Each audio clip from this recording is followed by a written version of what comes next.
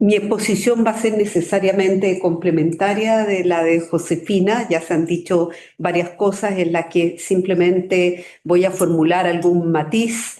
y me voy a concentrar en la expresión del populismo en materia constitucional. Derechamente lo que hoy día se denomina el populismo constitucional, que es una expresión que le debemos al exdecano de la Facultad de Derecho de la Universidad de Florida, David Landau. Entonces parto diciendo que el populismo, como la globalización, parece ser uno de los fenómenos que definen los tiempos que corren. Del mismo modo, la literatura está contesta en que se trata de un fenómeno complejo, ya lo ha dicho Josefina, difícil de definir, pues como postula Rosan Bayón, pega una etiqueta única sobre todo un conjunto de mutaciones políticas contemporáneas cuya complejidad y resorte profundos debiéramos ser capaces de distinguir. Cierro la cita. Para algunos autores el fenómeno del populismo no es algo original de nuestra era. Si nos vamos hacia atrás pueden encontrarse vestigios del mismo en el cesarismo, como la apelación de César al pueblo de Roma en contra de los patricios del Senado que llevó al fin de la República. Por su parte, el presidente de los Estados Unidos, Andrew Jackson, creyó que era el representante directo del pueblo norteamericano, lo que se considera como una idea precursora del imaginario populista, lo que hoy día sigue siendo constatable a través de las prácticas y el lenguaje utilizado por el presidente Donald Trump. Del mismo modo, hay quienes han rescatado manifestaciones importantes del populismo en los escritos de Alain Touraine, describiendo los fenómenos que caracterizaron a nuestra América Latina en los años 60, particularmente bajo los regímenes de Perón en Argentina y de Getúlio Vargas en Brasil. La noción de pueblo, bien lo anticipaba Josefina, es esencial en el populismo. Del pueblo identificado predominantemente con la nación se pasa a una concepción del mismo basada en la lógica de los puestos. Es decir, el pueblo es lo contrario de la élite corrupta, tal y como lo plantean Casmud y Cristóbal Rovira. El pueblo pasa a ser así el conjunto de personas que han permanecido postergadas como consecuencia de políticas liberales y excluyentes, diseñadas y administradas por la élite corrupta que se identifica con los detentadores del poder, así como con las ideas y valores que los animan. De allí que estos mismos autores sostengan que el populismo se contrapone a la democracia liberal, pero no a cualquier manifestación de la democracia. Nos permitiremos rebatir este concepto, pues si la democracia supone el gobierno de los iguales, lo que es enfatizado especialmente en su versión deliberativa impulsada por Jürgen Habermas, no podemos convenir en que el populismo sea compatible con alguna de las expresiones de la democracia, pues precisamente propugna la comprensión de una sociedad donde el pueblo y la élite corrupta no son iguales, además de antagónicos. Por el contrario, el pueblo necesita visibilizarse y alzarse a través de la movilización social contra quienes representan la cúpula de poder y es responsable de las expectativas insatisfechas del primero. Como señala Margaret Canavan, los gobiernos populistas persiguen concretar la promesa democrática del poder del pueblo, si nos remitimos incluso a la famosa frase de Abraham Lincoln en el discurso de Gettysburg. Las nuevas estructuras de poder que impulsan los gobiernos populistas por lo mismo deben construirse con el pueblo y a partir de él, por lo que el incentivo a los mecanismos de participación ciudadana suele estar vinculado a los populismos, sean de derecha o de izquierda. Y ello ocurre porque los populismos no solo persiguen el acceso al poder para representar al pueblo en la forma explicada, sino para ser el portavoz auténtico del soberano dentro de nuestros modernos estados. Por la razón explicada que los líderes populistas claman por la unidad del pueblo o la representación auténtica de la nación bajo lemas mesiánicos como el famoso Make America Great Again, utilizada en la última campaña del presidente Donald Trump. A partir de esa clase de lenguaje simbólico, los populistas presentan alternativas de gobierno destinadas a salvar al país o a promover una gran renovación sistémica que suele asociarse al desplazamiento de la política tradicional. Ciertamente es Laclau, en su obra La razón populista, quien mejor explica cómo se construye la noción de pueblo en la perspectiva populista. Por su parte, la idea de que el pueblo obedece a una construcción histórica partiendo de un significante vacío es muy potente en el pensamiento de Chantal Mouffe.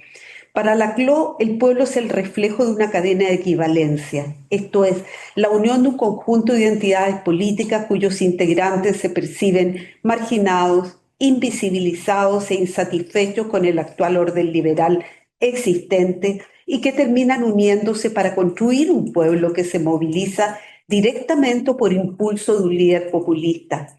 Las movilizaciones sociales son entonces una de las manifestaciones de la emergencia de lo que algunos llaman la ideología populista y que más bien se presenta como una forma distinta de plantear la política que desafía las estructuras y la institucionalidad existentes de la misma forma que los valores y los principios en que éstas se sustentan. Autores como Neil Walker y Luigi Correa sostienen que el populismo expresa una preferencia por el gobierno de los hombres, rule of men, por sobre el gobierno de las leyes, el rule of law.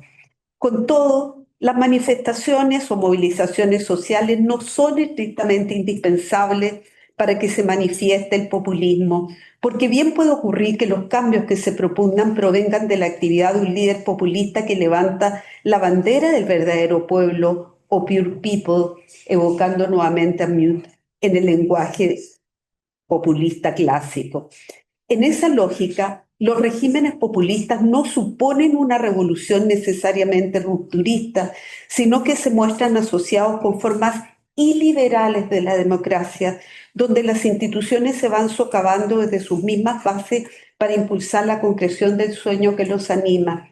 En las democracias iliberales, los líderes populistas van adoptando crecientes formas de concentración del poder, para lo cual resulta indispensable la conformación de parlamentos proclives a ese liderazgo. Una vez que ello ocurre, se sigue con la neutralización de los principios y mecanismos de los checks and balances propios de los estados de derecho por la vía de modificar la integración de las cortes, ya sean las cortes supremas o los tribunales constitucionales, de modo que los controles que están llamados a ejercer se tornen simbólicos. Así las cosas, una de las víctimas del populismo suele ser la Constitución, por lo que conviene adentrarse en las características de lo que anticipé es el denominado populismo constitucional. Y así entonces, primer término, en el populismo constitucional, la Constitución adopta un sentido instrumental. Ya no se asocia al instrumento normativo que expresa el compromiso de la sociedad sobre su forma de organizarse, sino que pasa a ser derechamente un agente de cambio político, social y económico, como lo impulsa el nuevo constitucionalismo latinoamericano. Un ejemplo de ello es la convocatoria de una Asamblea Nacional Constituyente impulsada recientemente por el presidente colombiano Gustavo Petro.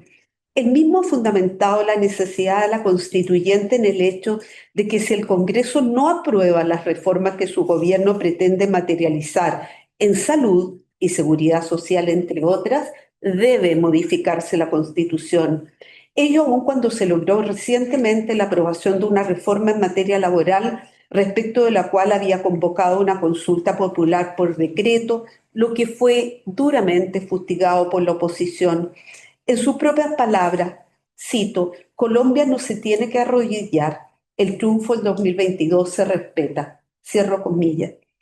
Una segunda característica del populismo constitucional muy relacionada con la anterior reivindica que el poder constituyente está radicado en el pueblo, minimizando la diferencia entre poder constituyente y poderes constituidos que fue planteado originalmente por Carl Schmitt. El poder constituyente se ve como algo independiente y anterior a la Constitución misma. Cabe recordar aquí que esta tensión entre poder constituyente y poderes constituidos estuvo muy presente en el primer proceso constituyente chileno entre 2021 y 2022. Por un lado, se intentó vulnerar los límites planteados en las reglas constitucionales, yendo más allá de ello, como ocurrió con la iniciativa 452 que promovía la amnistía de los llamados presos políticos del estallido social del año 2019, lo que suponía pasar por sobre la voluntad de quienes debían decidir estas materias, como son los órganos colegisladores, y desconocer de paso sentencias judiciales firmes y ejecutoriadas. La tercera característica del populismo constitucional es el impulso a las formas directas de representación del pueblo como una forma de enfrentar el ejercicio viciado del poder que se atribuye a la élite corrupta. En este sentido, como la actuación del Parlamento o de los jueces no tiene la misma legitimidad que la expresión directa de la voluntad del pueblo, entonces los mecanismos de asambleas constituyentes o referéndum pasan a ser una de las más vívidas expresiones del populismo constitucional.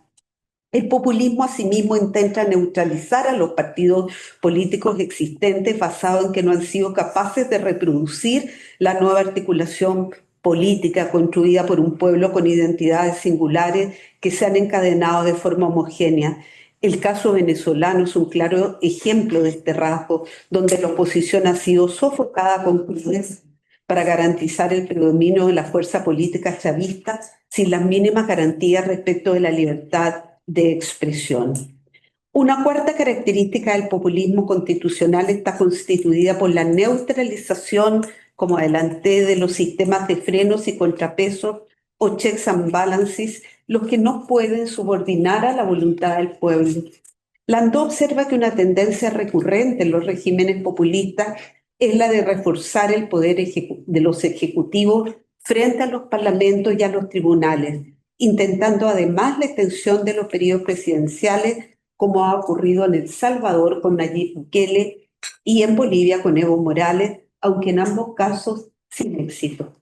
Particularmente preocupantes son las reformas electorales que afectan la independencia del Poder Judicial, como aquellas que se introdujeron en el año 2018 en Polonia, que afectaron la independencia de la Comisión Nacional Electoral sobre la base de cambiar su composición, al punto que de los 9 miembros solo quedaron 2 de ellos que eran jueces, uno del Tribunal Constitucional, otro de la Corte Suprema, y los 7 miembros restantes fueron designados por el Sejm, la Cámara Baja del Parlamento de Polonia. En nuestro país, la primera propuesta constituyente eliminaba al Senado para reemplazarlo por una Cámara de las Regiones con mucho menor incidencia que la Cámara de Diputados en la aprobación y discusión de las leyes, lo que generó un amplio debate acerca de los peligros que podía significar la supresión de la Cámara, que tradicionalmente ha sido considerada como contrapeso a una Cámara con integrantes más jóvenes y donde la discusión no siempre suele estar dotada de las dosis de reflexión y prudencia que se requieren. En quinto lugar, el populismo encara una nueva identidad constitucional, entendida como la identidad de un colectivo que se comprende a sí mismo como una unidad política. Es la necesidad de construir esa nueva identidad la que lleva al populismo a una deconstrucción en el sentido de Derrida, ¿verdad?, de los valores existentes hasta hoy en la sociedad para reemplazarlos por aquellos que identifican y definen al nuevo pueblo. Probablemente la consagración de un Estado plurinacional en la primera propuesta constituyente de nuestro país marca un hito significativo en este sentido.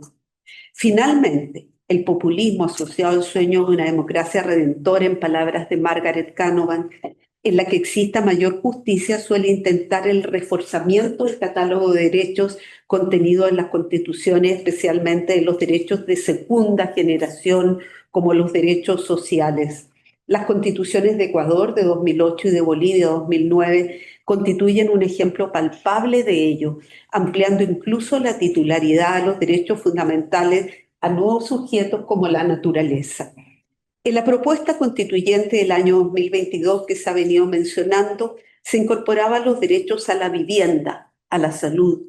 a la ciudad y al territorio, el derecho al agua y al saneamiento suficiente, el derecho a un mínimo vital de energía asequible y segura, el derecho al deporte, a la actividad física y a las prácticas corporales, el derecho a la educación digital y al ocio, entre otros. Se fundamentaba esta inflación de derechos constitucionales en la necesidad de aterrizar la noción de Estado social de derecho recogido en la propuesta con el imperativo de lograr la igualdad sustantiva que le es consustancial. Se olvidaba, sin embargo, que la consagración sin límite de derechos sociales en las constituciones acarrea graves problemas desde el punto de vista de su justiciabilidad, puesto que se trata de derechos de prestación cuya satisfacción está estrechamente unida a las capacidades económicas del Estado, además de que suele transformar a los jueces en verdaderos actores de las políticas públicas. En resumen, y para terminar, podemos decir que distintos gobiernos del mundo,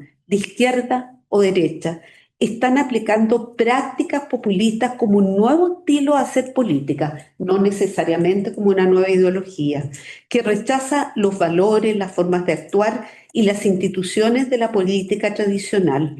El gran factor de cohesión es la nueva concepción del pueblo, cargada de un fuerte simbolismo legitimador y que envuelve la emergencia de prácticas antidemocráticas que terminan favoreciendo la concentración del poder en manos de los líderes que encarnan el sueño de una democracia redentora.